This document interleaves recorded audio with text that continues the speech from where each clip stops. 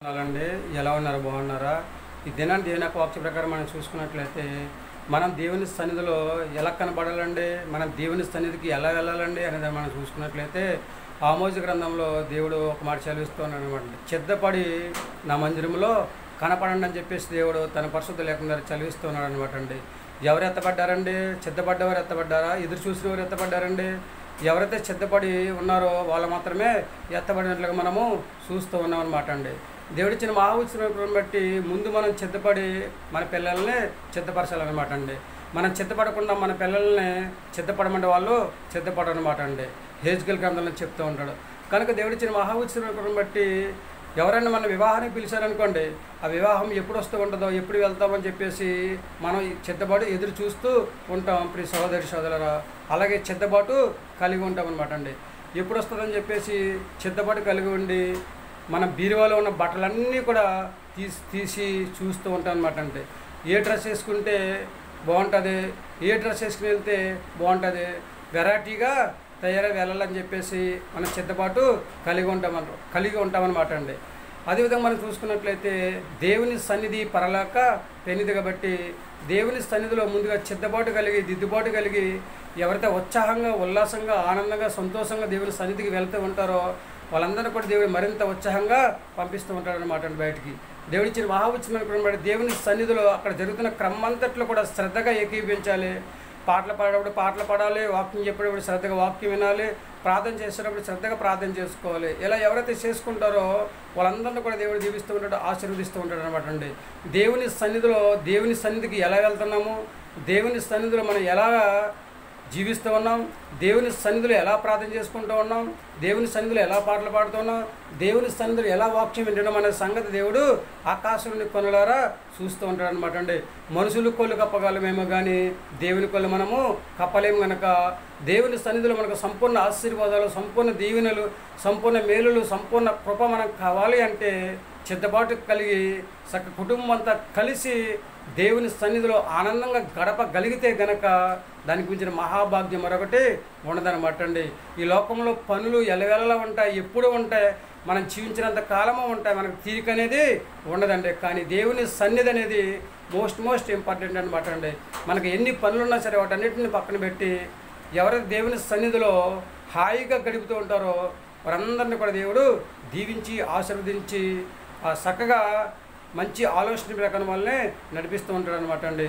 దేవుని సన్నిధిలో ఎలా జీవించాలి, ఎలా నడుచుకోవాలి, ఏ ప్రవర్తన కలిగి జీవించాలి, దేనిని అనుసరించాలి అని దాన్ని మనకు నేర్పిస్తూ ఉంటారు. కనుక చక్కగా దేవుని సన్నిధిలో గడుపుదాం, దేవుడిచ్చే ఆశీర్వాదాన్ని పొందుకుందామా, ప్రార్థన చేద్దాం.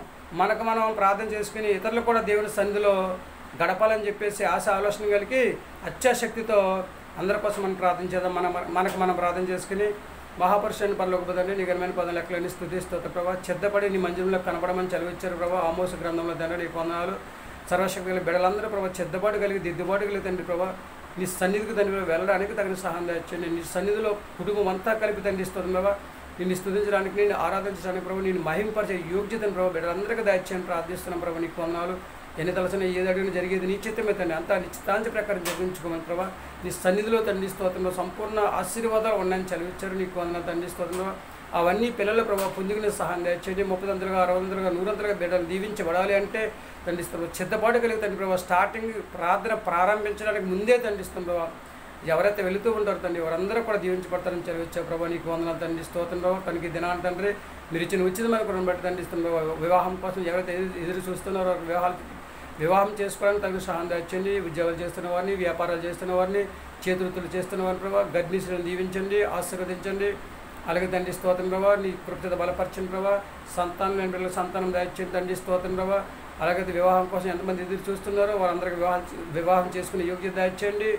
ఉద్యోగాలు, వ్యాపారాలు తండ్రి స్తోత్రం ప్రభావ. చేతివృత్తులు చేస్తున్న అందరూ కూడా దీవించి ఆశీర్వదించి ప్రభు నీ కృప్యత బలపరిచి దివ్యమైన ఆశీర్వాదాలు పంపించమని బిడ్డలందరికీ భూమి మీద మంచి ఆరోగ్యం దయచేసి నీ రాజ్యవారసులో జీవించే యోగ్యతను దయచేయమని ప్రతి ఒక్కరు ప్రభా, కుటుంబం అంతా తండ్రి, పిల్లలు, పెద్దలు, యవనస్తులు, వృద్ధులు అందరూ ప్రభా చెద్దపడి ప్రభా నీ మందిరంలోకి తండ్రి వెళ్ళడానికి ప్రభా తగిన సహాయం దయచేయని ప్రార్థిస్తున్నాం ప్రభా. నీకు వందనాలు.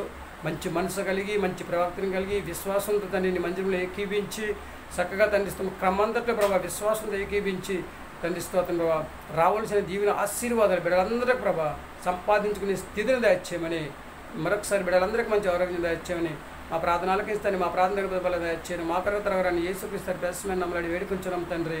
ఆమేన్. అందరికీ వందనాలండి. తిరిగి దేవుని ఆశీర్వాదం మీకు తోడుగా ఉండును గాక. దేవుడు మిమ్మల్ని దీవించి ఆశీర్వదించిన గాక. ఆమేన్.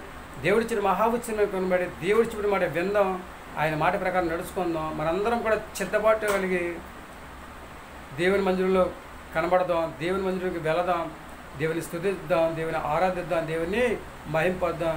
మన విశ్వాసంతో ఎవరైతే ప్రార్థన చేసుకుంటారో వారందరికీ కూడా ఆకాశం నుండి పట్టజాలం దీవులు పంపిస్తానని చెప్తున్నాడు దేవుడు. ఆవగించినంత విశ్వాసం మనలో ఉంటే చాలు, ఆకాశం నుండి పట్టజాలం దీవులు దేవుడు పంపిస్తానని చెప్తున్నాడు. కనుక మన కుటుంబం అంతా కలిపి దేవుని సన్నిధిలో గడిపి చక్కగా దేవుడిచ్చే ఆశీర్వాదాన్ని పొందుకుని భూమి మీద హాయిగా జీవించే యోగ్యతను సంపాదించుకునే స్థితిని కలిగి ఉందామండి. ఏమంటారు? మీ ఆలోచన మీదే. అందరూ కూడా ఎన్ని పనులున్నా కానీ పనులన్నిటిని పక్కన పెట్టేసి దేవుడి సమయాన్ని దేవుడికి ఇవ్వండి. కుటుంబంతో దేవుని సన్నిధిలో హాయిగా గడపండి. మంచి ఆరోగ్యం కలిగి భూమి మీద మంచి ఆరోగ్యం కలిగి హాయిగా జీవించే యోగ్యతను సంపాదించుకునే స్థితిని కలిగి ఉందాము. మరి ఏమంటారు? మీ ఆలోచన మీదే.